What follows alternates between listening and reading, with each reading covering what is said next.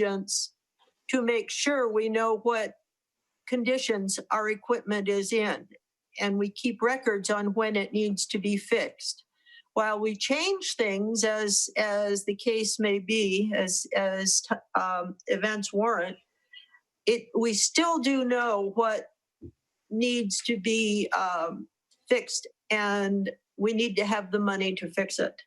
We certainly don't want to have a horrific, even a house burned down because one of the water lines went out. So that said, it's important to keep things paid for and operating. And I thank the community who supports us. Moving right along to oral comments. I do not see anybody other than the usual. Oh, I see Anne, and Anne's hand is up. Anne, hello. Hi, how are you? I was calling in today because I participated in the planning meeting for the Cypress Point project. And one of the things that people brought up, several of the commissioners were asking if there would be a letter from the water company specifying just how much water there is. And they wanted more information on the sewer system since, we've been all asked to increase the rates and the needs of the sewer system. They were looking for more specifics as far as how would that particular project be handled by the water company. And I'm interested in that. And the cost share that would be for Mid-Penn.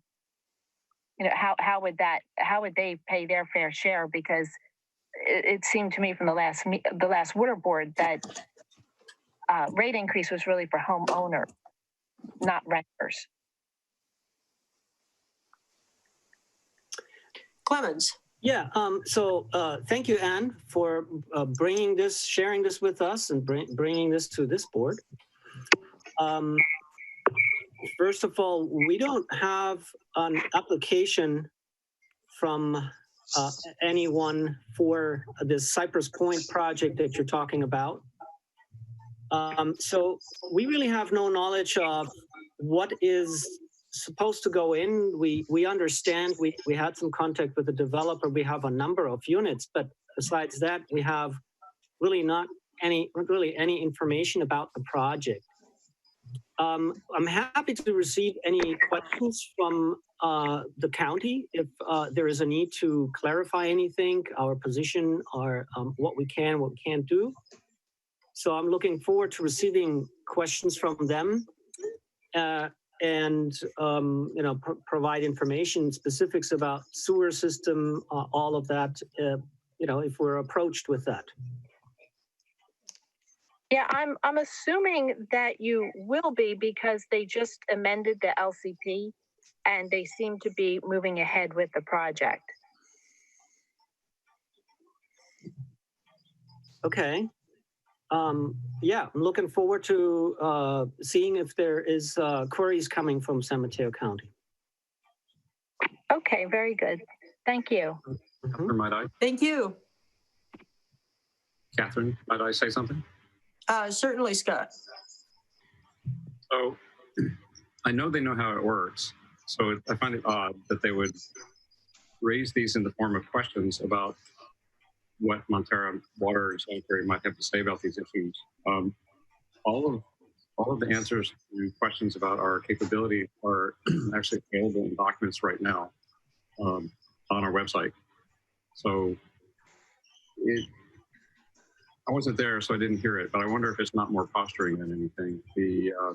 And on the question about how our costs allocated, the costs are allocated according to the level of impact on the system. And so there's the upfront cost of what it takes for them to connect, which is going to be all engineering driven. And that process, we go through that with individual people who are,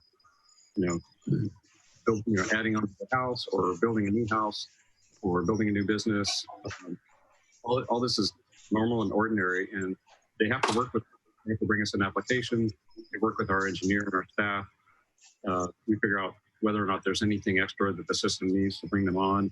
And then the fees that are charged to them are according to the size and burden on the system of the project. So that'll be true for, if they finally bring a project application to us, or if any of the other projects come in, or the next person who wants to build a home. It's all the same thing. That's bad. Well, thank you. Yeah, I know the process, I guess, is a little off with the way they're doing it as well, starting with the LCP before environmental review, but the whole thing is a little different. So we'll see what happens. But I was just concerned about, particularly they're making a lot of changes on the roadways, potentially with roundabouts and such.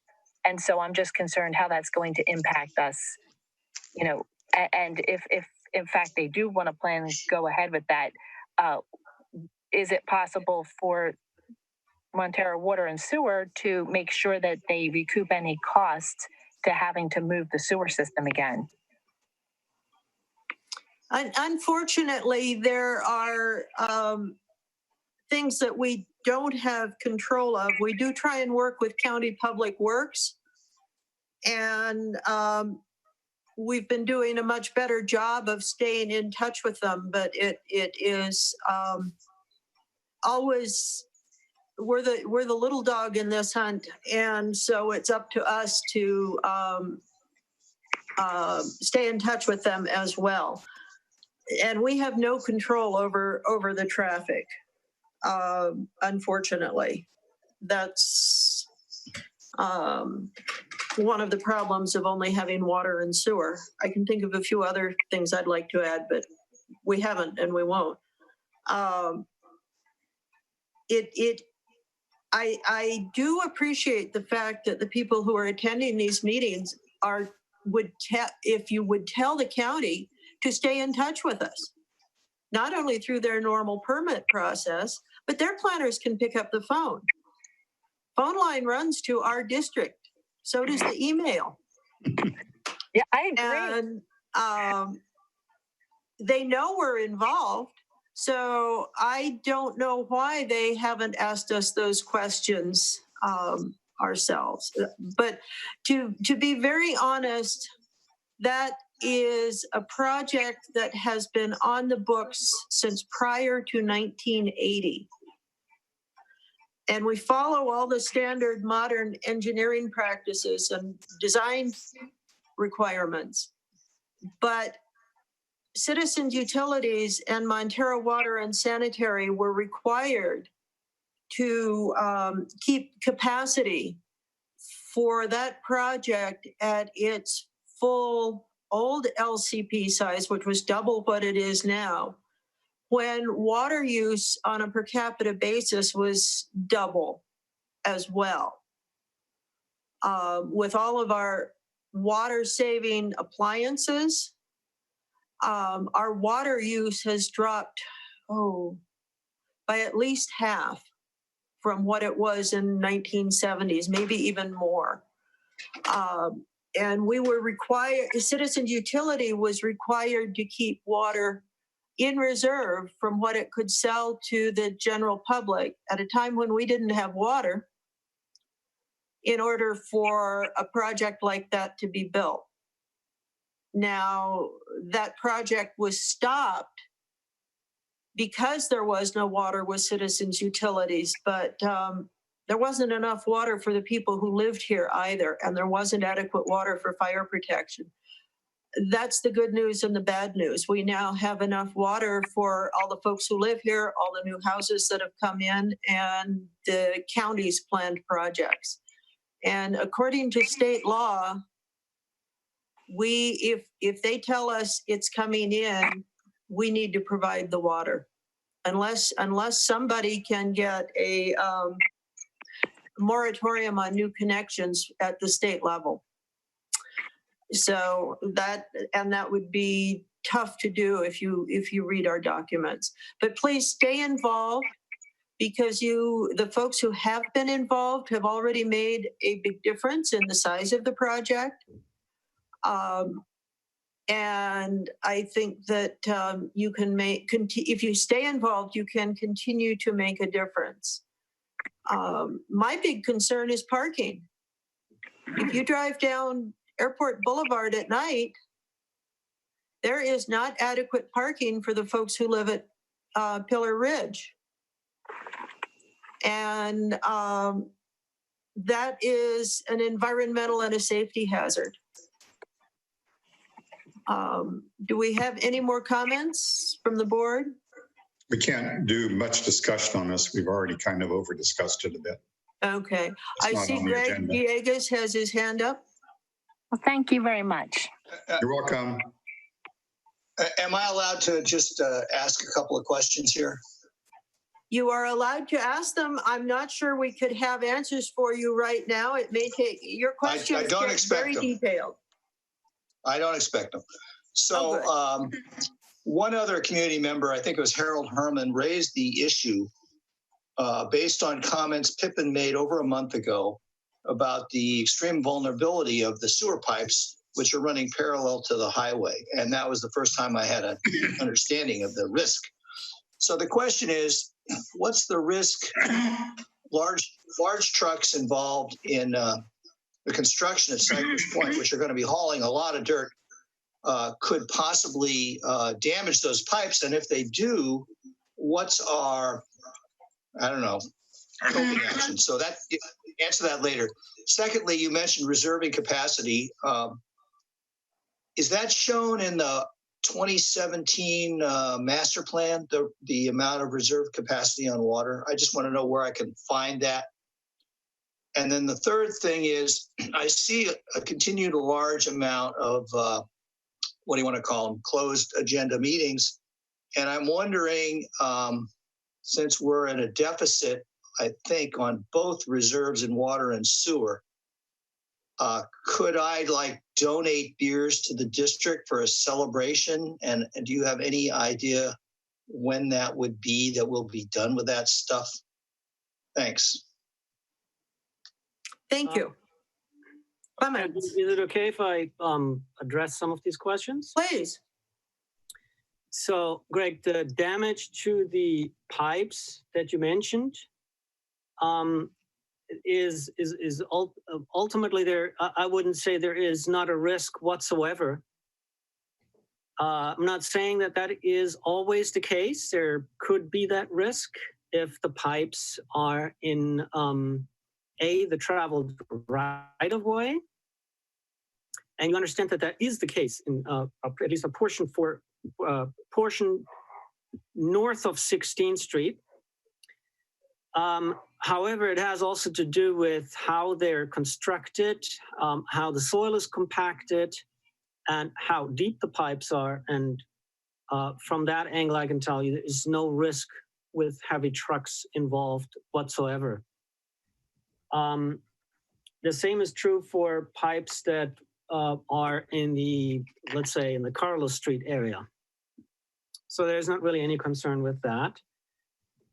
The second question, I think, was where to look up capacities.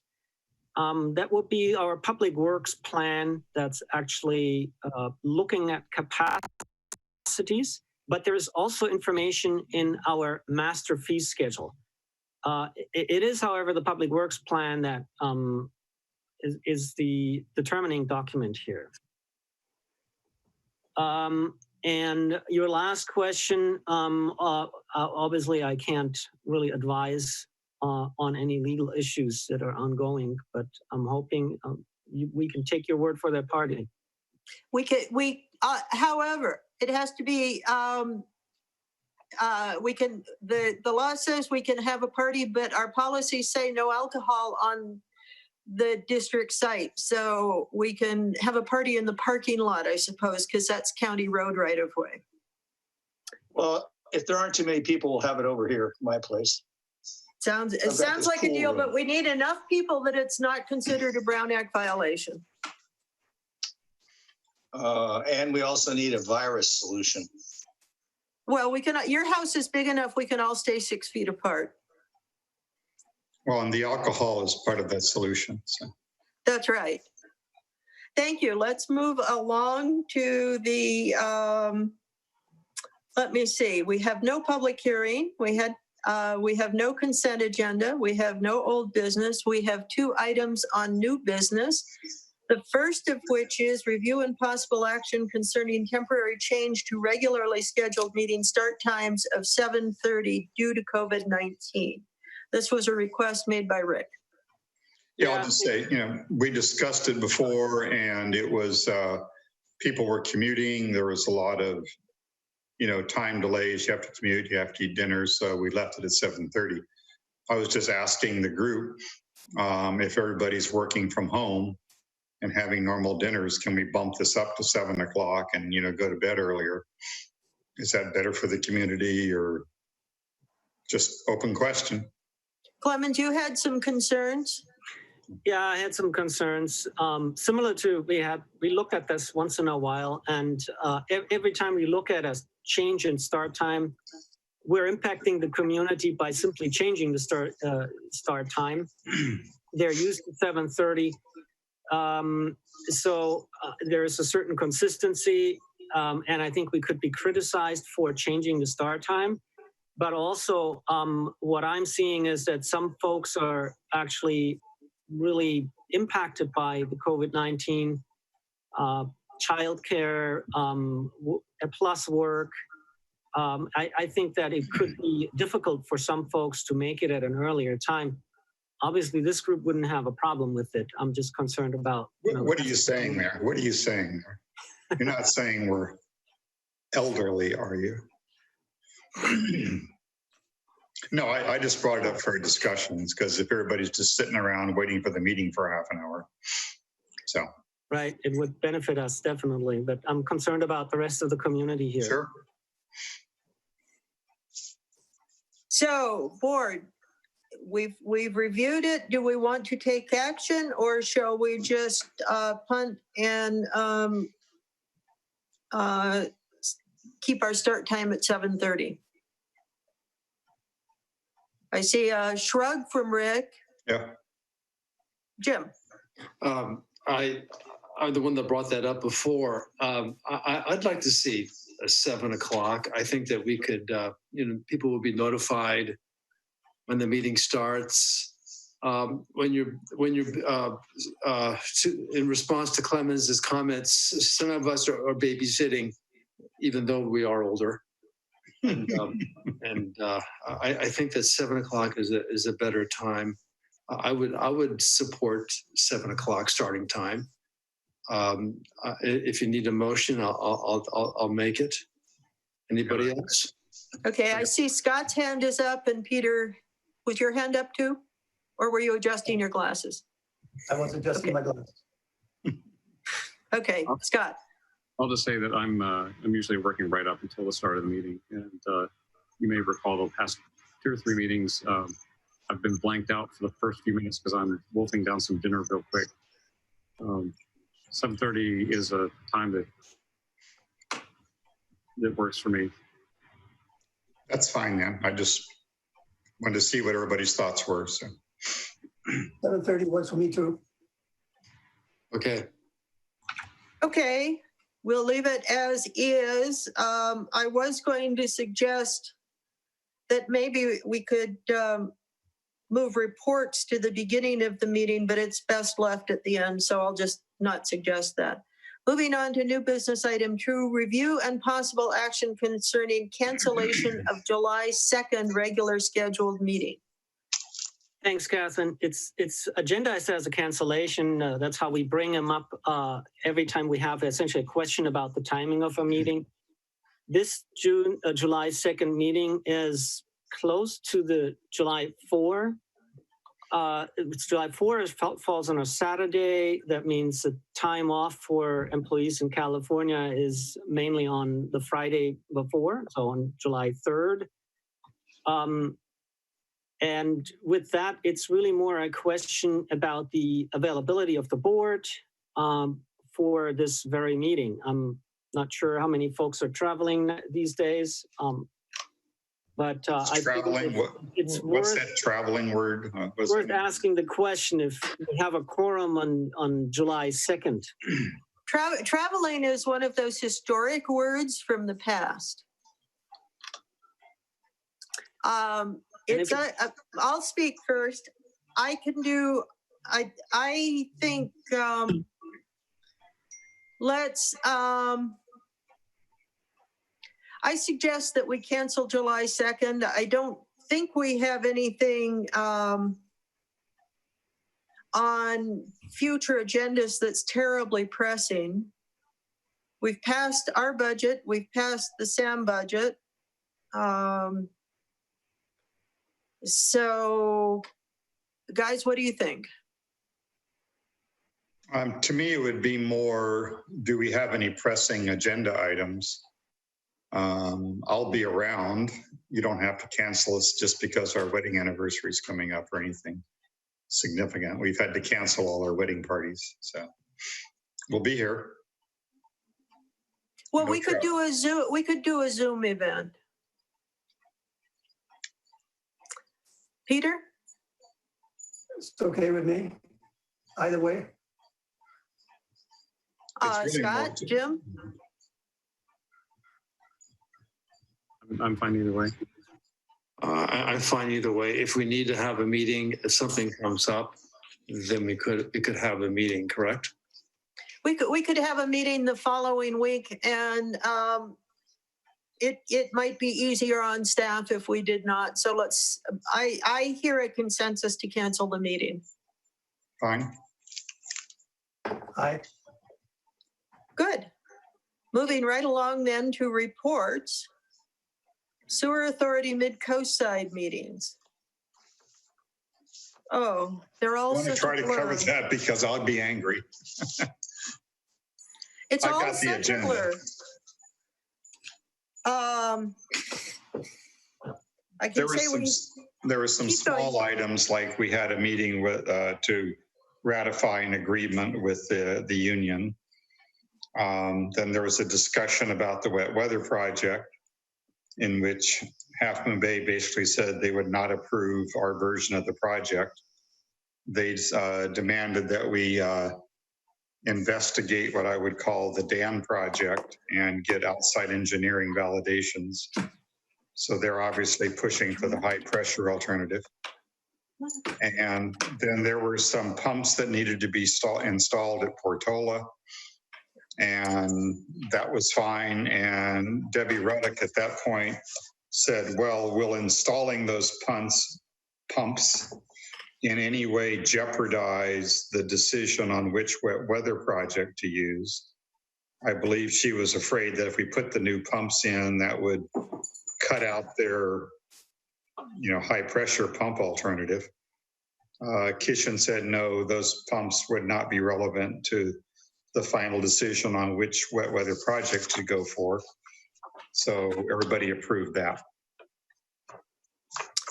And so the report on the Dan project will come on July 13. I was under the impression they couldn't do it in 2 weeks and it would go to the following meeting. That was why it's July 13. Oh, July. I was thinking June. Sorry. No, we're It's having another. months We're all having alike to another me. meeting coming up on Monday. Could I ask for some clarification on how different the Dan proposal is from what we considered it Dan back, 2008, 2009? Clemens, are you the best one? Our alternative is expanding the current wet weather project by just increasing the capacity. It's a zero, there's no moving parts. It all works by gravity and pressure and worked fine and saved the community twice. Right. The dam project is some high pressure pump alternative. So that sounds a lot like the project that we decided a decade ago was not a good idea. I'm calling it parallel force main light. It has need for constant maintenance, constant observation, constant electricity costs, It's not going to work when there's power out unless we have a bigger generator. It's going to cost additional wear and tear to the pipes we just put in because of the higher pressure. And it doesn't have as many operational efficiencies as this holding tank does. But I have yet to figure out why Half Moon Bay has settled that they really want it.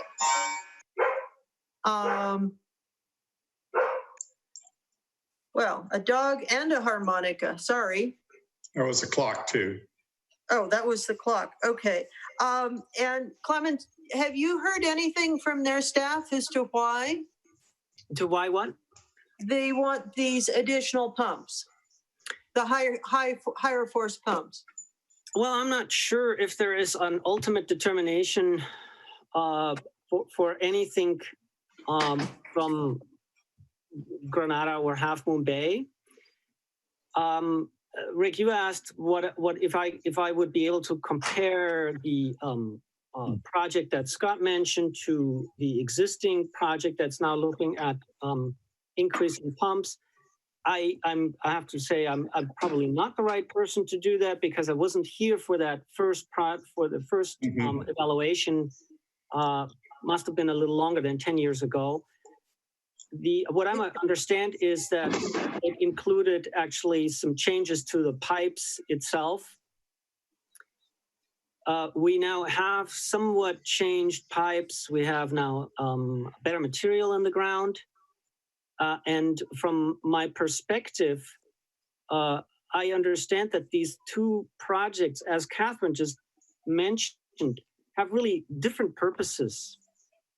So I'm not even sure if you can compare, a project that is able to manage flows passively.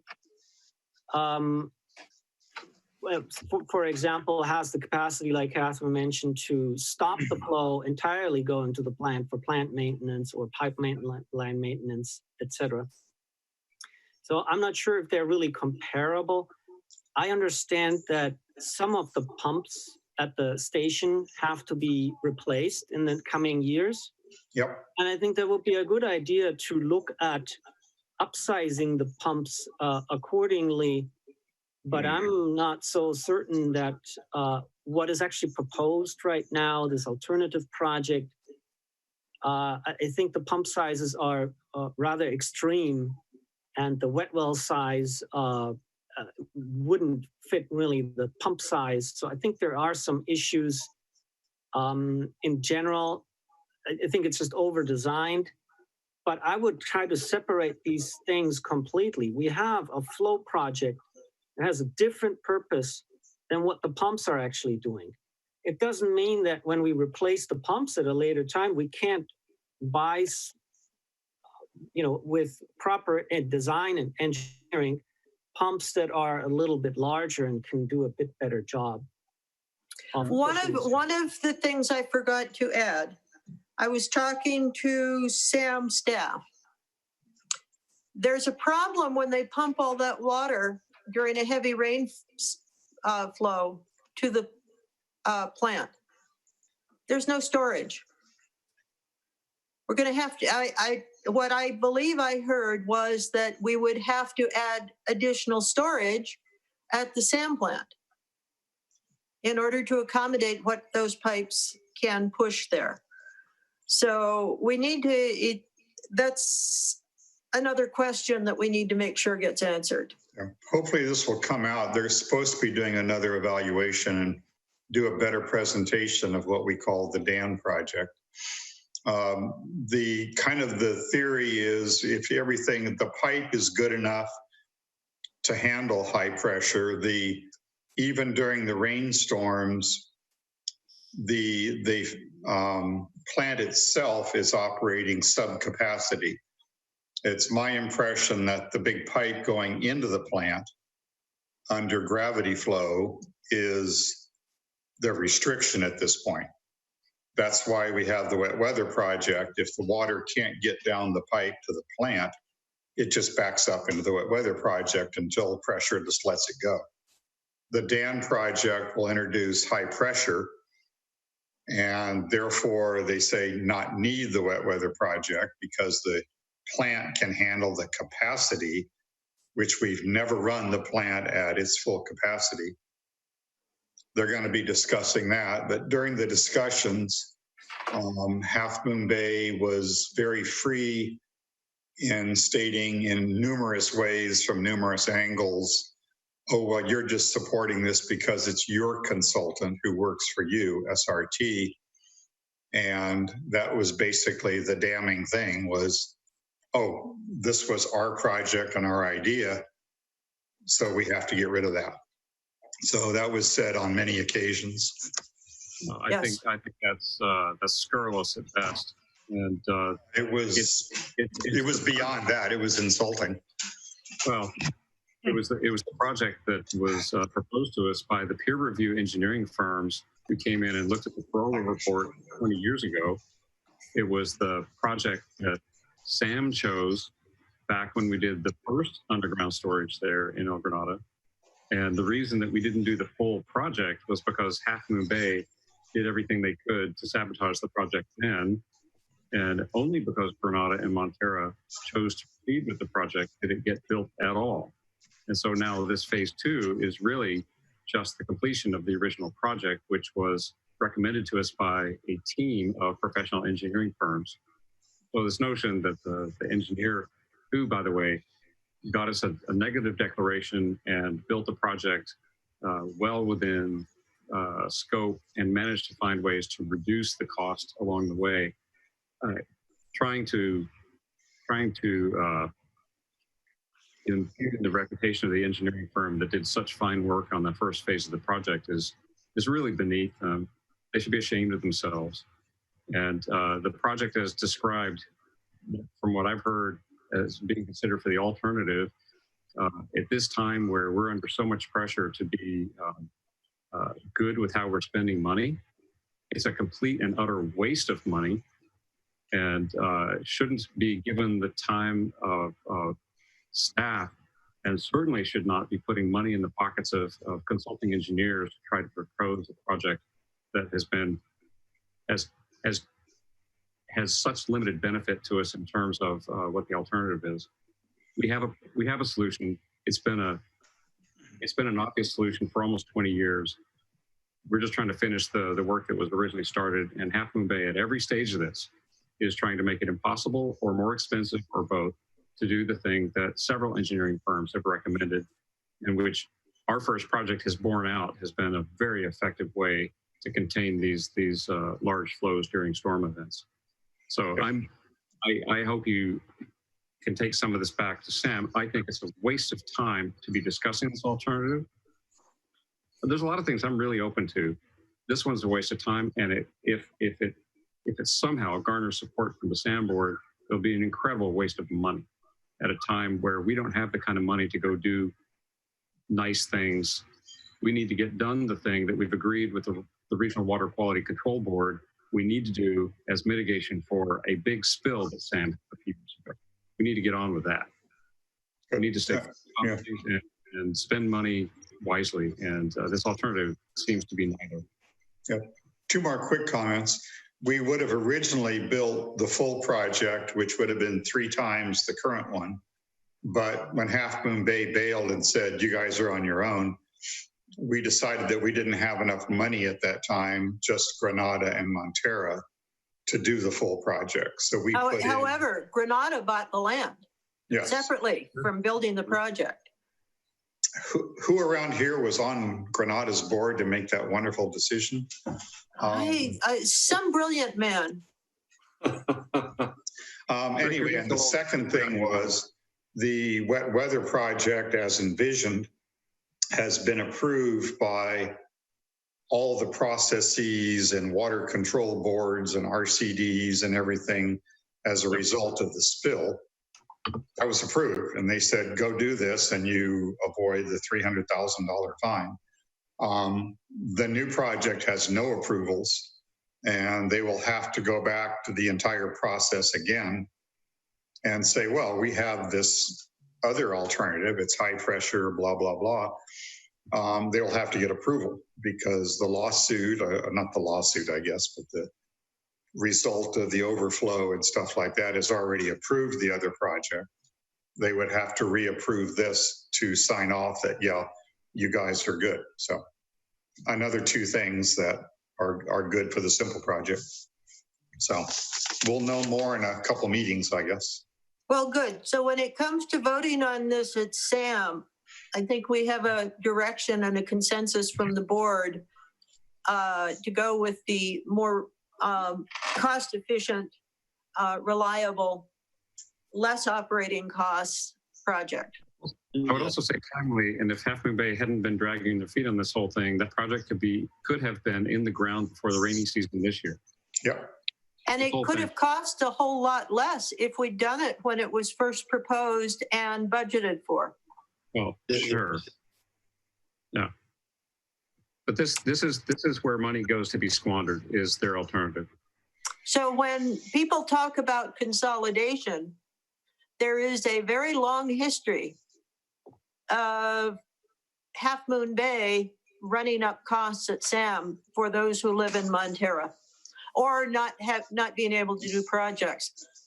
One of the things that I think I will try and remember, I should write it down and ask Keishan to put into the analysis, is what will adding additional flows and pressures during wet weather events due to the $40 million already needed to upgrade the plant? Will that cause a demand for bigger, more expensive equipment?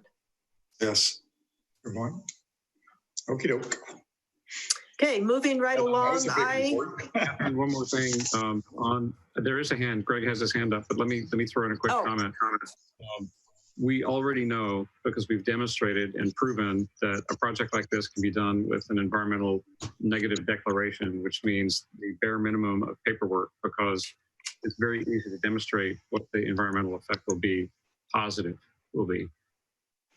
We've already got right next to, we're expanding a project that has already proven that out. So in terms of planning and permitting, one project is pretty much a no-brainer. The other project is almost certain to meet with environmental resistance, and it would be easy to anticipate that it would be going up to the Coastal Commission before it ever got a permit. So if the goal is to deal with wet weather events in a timely fashion because a regulator has told us that it's something we better get on about, one looks smart and the other one looks intransigent. That's a good point. That's a good point to add. It's a bad idea. Hey, Jim, Sorry, you had a comment? No, I was just saying that that's a good point to add. Scott's point is a good point to add to your list at the meeting. Thank you. Good. Good. Well, I have nothing to report on Mid-Coast Community Council. Greg had a comment. Oh, Greg, sorry. So I think, Catherine, I wrote Kishan after watching that meeting. And there are explicit decisions. He doesn't tell me about his letters. You got copied on it. So the issue is really hidden versus explicit decision criteria. And I've been in adversarial situations before. And the only way to get to the bottom of it is to explicitly list the decision criteria involved. And that's what several of these comments are getting at.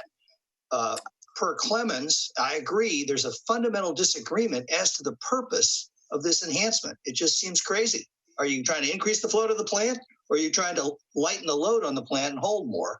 And then all the downstream implications if you pass more to the thing. But I think Kishan needs to have an explicit list of the decision criteria. You heard Ruddick mentioning soft costs. Needs it, or should put it in writing? Yes, put it in writing. a little table, what the decision criteria are, alternative 1, 2, and 3, where I guess 3 is do nothing for now. And so Scott mentioned an extra criteria, which boils down to vetting. All right. And so you could say a little bit about how this is better vetted. And you, Catherine, raised a criterion about the downstream implications. And so just have that table. And in my experience, what's going to happen is that Half Moon Bay is going to be forced to add whatever the hidden criteria are onto that list, or the decision is obviously not going to make sense. Now, I suspect it's just me conspiracy theorying, but the dire financial straits that Half Moon Bay is in may have caused them to, just like I guess happened years ago when they were under the threat of that lawsuit, not want to spend money that's actually necessary. And maybe that should be out in public, because you heard Ruddock say she was going to make this a budget issue. And I'm not as experienced as you guys, but I translated that into not only are you going to have to vet this project, but you're going to have to redo the entire budget and give us a chance to veto it there. All right. So I just think have the criteria out, whatever she meant by soft costs, all the stuff you guys, and make Kishin show it in a table. And then let's see what happens with the discussion. Because that if it's not listed, you know, they can't object based on something that's not listed. They'll have to explicate it. Thanks. Catherine, real quick comment to that. Great comments, Greg.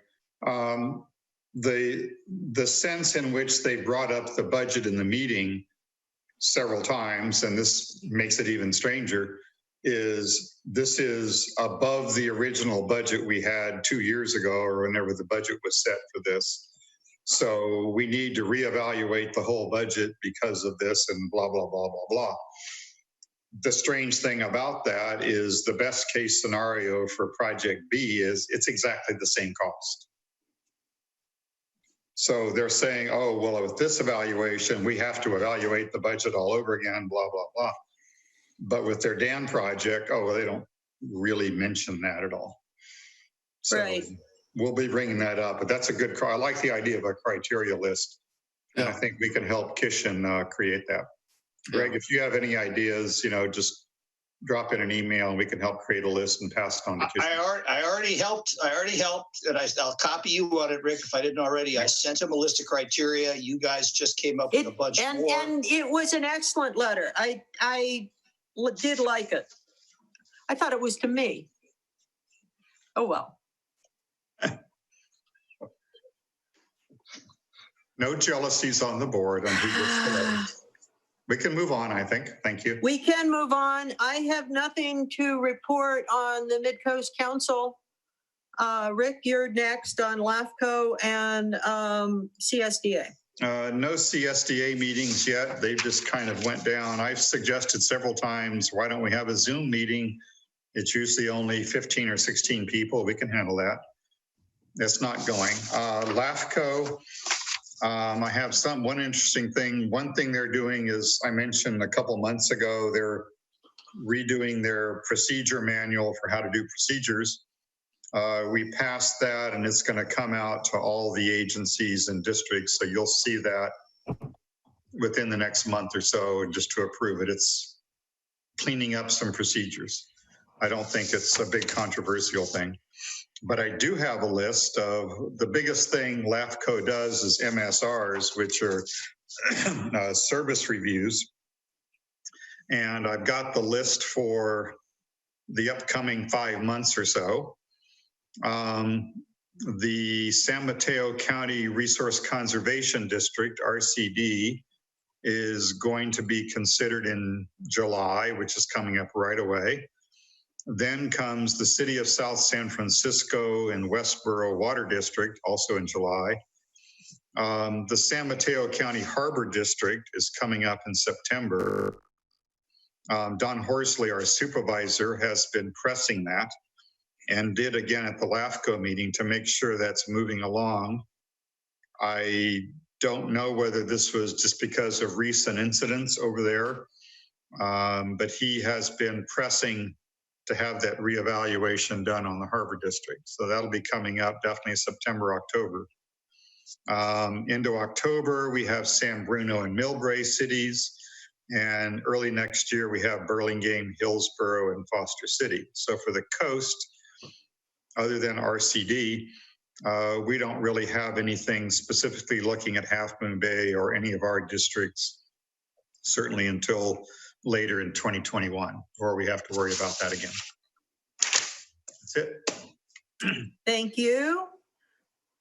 Moving right along to attorney's report. No report. Thank you, Madam President. Okay. Director's reports. Hearing none. General manager's report. No report. Okay. Future agendas are in the agenda. Let's take a recess and convene in closed session.